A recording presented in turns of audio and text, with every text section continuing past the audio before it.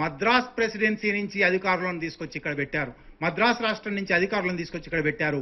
వాళ్లలో అతి ఎక్కువ మంది కోస్తాంధ్రులు, రాయలసీమ వారు, తమిళులు. ఒక్క ఉదాహరణ చెప్పాలంటే రేణుకా చౌదరి గారి తండ్రి అట్లా హైదరాబాద్లో ప్రవేశించిన ఒక మిలిటరీ అధికారి బంజారా హిల్స్ లో ఇంత భూమి లావారీస్ ప్రాపర్టీ ఉంది అని గుర్తించిన మొదటి వాళ్లలో ఆయన ఒకడు. ఈ భూమి అంతా 1956 నవంబర్ 1 నాటికి గవర్నమెంట్ ఆఫ్ ఆంధ్రప్రదేశ్ ప్రాపర్టీ అయిపోయింది. దేశంలో చాలా చోట్ల రాచరికాలు ఉన్నాయి. ఇండోర్ కావచ్చు, గ్వాలియర్ కావచ్చు, మైసూరు కావచ్చు, కానీ ఎక్కడ కూడా ప్రభుత్వానికి ఇంత భూమి లేదు. ఒక్క ఆంధ్రప్రదేశ్లో మాత్రమే, హైదరాబాద్లో మాత్రమే ఇంత భూమి ఉంది. అందువల్లనే కేంద్ర ప్రభుత్వ రంగ సంస్థలన్నీ హైదరాబాద్కు వచ్చాయి. హైదరాబాద్కు మా వల్లనే కేంద్ర ప్రభుత్వ రంగ సంస్థలు వచ్చాయని వీళ్ళు చాలా మంది మాట్లాడుతున్నారు. మేమే తెచ్చామని. ఈసీఐఎల్ పెడతాము 5,000 ఎకరాలు కావాలి, ఐడిపిఎల్ పెడతాము 5,000 ఎకరాలు కావాలి, బిహెచ్ఎల్ పెడతాము 5,000 ఎకరాలు కావాలి, డిఎంఆర్ఎల్ పెడతాము 5,000 ఎకరాలు కావాలి. డిఫెన్స్ కేవలం రక్షణ శాఖకు, భారత ప్రభుత్వ రక్షణ శాఖకు హైదరాబాద్లో 30-40 వేల ఎకరాల భూమి ఉంది. ఎవరిది భూమి అంతా? మీర్ ఉస్మాన్ అలీ ఖాన్ పేరు మీద ఉండినది అంటే తెలంగాణ ప్రజల భూమి. అది హైదరాబాద్ రాజ్య ప్రజల భూమి. అది మీర్ ఉస్మాన్ అలీ ఖాన్ రాసుకున్నాడు కావచ్చు, కానీ మీర్ ఉస్మాన్ అలీ ఖాన్ కూడా కాదు. అది ఈ నేల ప్రజల నెత్తుటితో చెమటతో తడిసిన భూమి. అది ఈ నేల ప్రజల భూమి. ఈ నేల ప్రజల భూమి అట్లా ప్రభుత్వ రంగ సంస్థలకు కొన్ని లక్షల ఎకరాలు ఇచ్చారు. 1956 నుంచి 80ల దాకా ఎవడు కాగితం పెడితే చాలు, నేను ద్రాక్ష తోటలు పెట్టుకుంటాను, నేను పరిశ్రమ పెడతాను, నేను కోళ్ల ఫారం పెడతాను, నేను వ్యాపారం పెడతాను, కాగితం పెడితే చాలు. ఎవరు కాగితాలు పెట్టారు? కోస్తాంధ్ర నుంచి వచ్చిన వాడు. కాగితం పెడితే చాలు 25 సంవత్సరాల లీజు, 49 సంవత్సరాల లీజు, 99 సంవత్సరాల లీజు. లీజు ఎంతయ్యా? ఏడాదికి ఎకరానికి ఆణా, ఏడాదికి ఎకరానికి 2 ఆణాలు. కాగితాల్లో ఉన్నాయి, ఇవేవి కల్పించి చెప్తున్నవి కాదు. 56 నుంచి 80ల దాకా ఇట్లా వేల ఎకరాలు అన్యాక్రాంతం అయిపోయింది ఈ సర్ఫేకాస్ భూమి, ఈ లావారిస్ భూమి, ఈ తెలంగాణ ప్రజల భూమి, ఈ హైదరాబాద్ భూమి. 80లు వచ్చేటప్పటికి ఎన్టీ రామారావు గారు అధికారంలోకి రాగానే అసలు ప్రభుత్వ భూమి ఏమిటి, ప్రభుత్వం లీజుకి ఇవ్వడం ఏమిటి, నందోరాజా భవిష్యత్తు 49 ఏళ్ల తర్వాత ఎవడుంటాడు, మనం వెనక్కి తీసుకుంటామా, ఇది వాళ్ళకే అమ్మేస్తే పోలేదా ఎంతకో కొంతకు. 100 రూపాయలకు ఎకరం, 200 రూపాయలకు ఎకరం కాగితాల మీద ఉంది, అమ్మి వేశారు. 96 వచ్చింది, చంద్రబాబు నాయుడు గారు వచ్చారు. అసలు ప్రభుత్వ భూమి ఏమిటి, మనమేమిటి, అడిగేవాడేమిటి, ఇచ్చేవాడేవాడు, తీసుకునేవాడేవాడు, ఊరికే ఇచ్చేస్తే పోలేదా. ఒక ఆమె డాన్స్ చేస్తుంది 25 ఎకరాల భూమి, ఒక ఆయన బ్యాడ్మింటన్ ఆడతాడు 50 ఎకరాల భూమి, ఒక ఆయన మిమిక్రీ చేస్తాడు, ఒక ఆయన అవధానం చేస్తాడు 100 ఎకరాల భూమి. చూడండి ఒకసారి మీరు, మాదాపూర్, జూబ్లీ హిల్స్, ఎవడికి పడితే వాడికి. ఇవన్నీ వాళ్ళేవో కళల్లో నిష్ణాతులయ్యారు కాబట్టి వాళ్ళకు భూములు. కళలు మాత్రమే కాదు, ఉద్యోగాలు కల్పిస్తున్నారనే పేరుతో భూములు ఇవ్వడం కూడా చేశాడు. 1997లో ఆయన ఒక ఐటీ పాలసీ ఆఫ్ ఆంధ్రప్రదేశ్ తీసుకొచ్చాడు. 333 ఉద్యోగాలు కల్పిస్తే 1 ఎకరం భూమి ఇస్తాము ఐటీ కంపెనీలకు అన్నాడు. ఒక్క ఉదాహరణ చెప్తాను, 100 ఉదాహరణలు చెప్పొచ్చు. 1998లోనే controller and auditor general CAG రిపోర్ట్లో ఈ తప్పులు పట్టుకున్నారు. ఆంధ్రప్రదేశ్ అసెంబ్లీలో కాగ్ రిపోర్ట్ పెట్టారు. ఒక్క ఉదాహరణ చెప్తాను. మైక్రోసాఫ్ట్ అనే కంపెనీకి, మైక్రోసాఫ్ట్ అనే కంపెనీ ఎవరిది, నేను తీసుకురావడం వల్లనే హైదరాబాద్ అభివృద్ధి అయింది అని చంద్రబాబు నాయుడు అంటూ ఉన్నాడు. మైక్రోసాఫ్ట్ అటువంటి అనేక కంపెనీలు కృష్ణా, గుంటూరు జిల్లాల నుంచి వెళ్లిన ఒక సామాజిక వర్గం సిలికాన్ వ్యాలీలో ఉద్యోగాలు చేస్తూ చంద్రబాబు నాయుడు భూములు ఇస్తున్నాడని చెప్పి వెనక్కి తిరిగి వచ్చి లేదా అక్కడే ఉండి బ్రాంచ్ ఆఫీసుల పేరుతో ఇక్కడ కంపెనీలు తెరవడం ప్రారంభించారు. డెవలప్మెంట్ సెంటర్ల పేరుతో కంపెనీలు తెరవడం ప్రారంభించారు. అటువంటి వాళ్లకు భూములు ఇవ్వడం మొదలుపెట్టారు.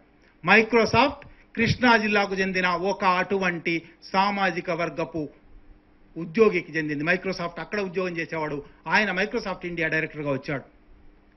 250 ఎకరాల భూమి ఇచ్చారు. చంద్రబాబు నాయుడు గారు ఆన్ రికార్డ్ ఇచ్చిన భూమి. ఇవాళ మైక్రోసాఫ్ట్ వెబ్సైట్ తెరిచి చూడండి, 54 ఎకరాలే మా దగ్గర ఉంది అని వాళ్ళు చెప్తున్నారు. పోనీ 200 ఎకరాలు అమ్ముకుంటే అమ్ముకున్నారు కావచ్చు, అది పక్కన పెట్టండి. 54 అయినా ఇవ్వచ్చునా? 1 ఎకరానికి 333 ఉద్యోగాలు అన్నారు. ఇవాళకి వాళ్ళు వచ్చిన రోజు 20 ఉద్యోగాలతో వచ్చారు. అంటే పావు ఎకరం కాదు కదా, 1 గుంట భూమి ఇవ్వడానికి కూడా వీల్లేదు.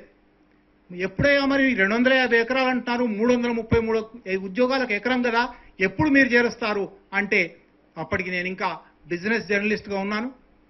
నేనే స్వయంగా ఆయన్ని ప్రశ్న అడిగాను. 333 ఉద్యోగాలు ఇస్తే ఒక ఎకరం ఇవ్వాలి, మీకు 250 ఎకరాలు ఇచ్చారు అంటే 75,000 ఉద్యోగాలు కల్పించాలి, మీరు ఎప్పటికి కల్పిస్తారు అని అడిగాను. We will recruit on the way అన్నాడు ఆయన. చాలా ఆకర్షణీయంగా మాట్లాడతారు, దొంగతనం చేసేవాడు ఎప్పుడు ఆకర్షణీయంగా మాట్లాడాలి. We will recruit on the way అన్నాడు. 15 సంవత్సరాలైంది, ఇవాళకి ఉద్యోగుల సంఖ్య 450. అంటే ఎకరన్నరకు మాత్రమే ఆయనకు అర్హత ఉంది. 250 తీసుకున్నాడు, 200 అమ్ముకున్నాడో ఏమో తెలియదు, 54 అని వెబ్సైట్ మీద చూపెడుతున్నాడు, 54 కూడా ఉండడానికి వీల్లేదు, ఎకరన్నర మాత్రమే ఉండాలి. రేపు ఒక తెలంగాణ ప్రభుత్వం వస్తే ఆ ప్రభుత్వంలో ముఖ్యమంత్రులు, మంత్రులు, ప్రభుత్వం మొత్తం ఇటువంటి విధానాల లోపలే ఉంటుంది కాబట్టి ప్రభుత్వం ఏమీ చేయకపోవచ్చు. కానీ ఇంత ఉద్యమం నడిచినందువల్ల ఒక తహసీల్దార్, ఒక ఎంఆర్ఓ కూడా ఓ నోటీస్ ఇవ్వచ్చు. అయ్యా, ఐటీ పాలసీ ప్రకారం నువ్వు 333 ఉద్యోగాలు ఇస్తే ఎకరం ఉండాలి, నీకు 450 చేసావు కాబట్టి నీకు ఎకరన్నర ఉంచుకునే హక్కు ఉంది, మిగిలిన 53.5 ఎకరాలు 247 ఎకరాలు రిటర్న్ చేయవలసింది, రిట్రీవ్ చేయవలసింది అని నోటీస్ ఇవ్వచ్చు. ఆయనను చక్కర తిప్పించవచ్చు కోర్టులో చుట్టూ. ఇంకా కథలు చెప్పాలంటే రామోజీరావు 1200 ఎకరాలు సొంత గ్రామాల ఊరుమ్మడి భూములు ఆక్రమించుకున్నాడు, ఊరుమ్మడి చెరువులు ఆక్రమించుకున్నాడు, చుట్టూ గోడలు కట్టేశాడు. జిఎంఆర్ ఎయిర్పోర్ట్ 5,000 ఎకరాలు, ప్రపంచంలో ఎక్కడ ఏ ఎయిర్పోర్ట్కు 1000 ఎకరాల కన్నా ఎక్కువ లేదు, 5,000 ఎకరాలు ఇవ్వబడింది. ఇవాళకి వాళ్ళు చుట్టూ 7 కిలోమీటర్ల వరకు తోటలు పెడితే కూడా 700 ఎకరాలు మాత్రమే ఆక్రమించుకున్నారు. 4,300 ఎకరాలు రియల్ ఎస్టేట్ చేయడానికి సిద్ధంగా ఉన్నారు. ఇటువంటి లిస్టు తవ్వుతూ పోతే కొన్ని వందల మంది పరిశ్రమల పేరుతో, వ్యాపారాల పేరుతో, ఇతరేతర పేర్లతో కోస్తా నుంచి, రాయలసీమ నుంచి వచ్చిన భూ మాఫియా హైదరాబాద్ మీద తన గద్ద గోళ్లు సాచి ఉంది. ఇది అసలు ఆర్థిక కారణం. హైదరాబాద్ ఎవరిది? హైదరాబాద్ మాదే. హైదరాబాద్ మీదెందుకు? హైదరాబాద్ మనది. ఇటువంటివన్నీ అవసరం లేదు. చరిత్రలోకి వెళ్దాం. దీనికి తెలంగాణ బిడ్డలకి కూడా పుట్టనవసరం లేదు. నేను ఎప్పటి నుంచో చెప్తున్నాను, తెలంగాణ ఆకాంక్ష న్యాయమైనది, తెలంగాణ కాజు న్యాయమైనది అని చెప్పడానికి తెలంగాణ బిడ్డ పుట్టనక్కర్లేదు.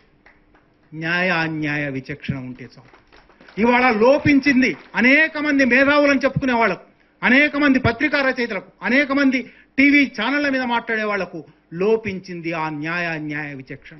హైదరాబాద్ చరిత్ర మీద కూర్చుందాం. హైదరాబాద్ ఎవరిది తేలుద్దాం. హైదరాబాద్ తెలంగాణ ప్రజలది. హైదరాబాద్ తెలంగాణ భూమిలో తమ నెత్తుటిని చెమట చేసుకున్న అనేక వేల లక్షల కోట్ల రైతులది. వాళ్లకు ఆ భూమి దక్కవలసి ఉంది. హైదరాబాద్ వాళ్లకు దక్కవలసి ఉంది. హైదరాబాద్ ఒక నగరంగా ఎవరైనా ఉంటారా? ఉండడానికి ఏమీ అభ్యంతరం లేదు. గోరట వెంకన్న పాటను దేశపతి శ్రీనివాస్ అనేక సార్లు చెప్పుకున్నాడు. ఇక్కడ వచ్చి వ్యాపారం చేసుకోవడానికో, వచ్చి ఉండడానికో, ఉద్యోగం చేసుకోవడానికో, బహుశా ఇక్కడ ఉద్యోగం చేస్తున్న క్రమంలో ఒక 2 బెడ్రూమ్ ఫ్లాటో 3 బెడ్రూమ్ ఫ్లాటో కొనుక్కోవడానికో, ఆస్తి కొంత సంపాదించుకోవడానికో కూడా కాదు.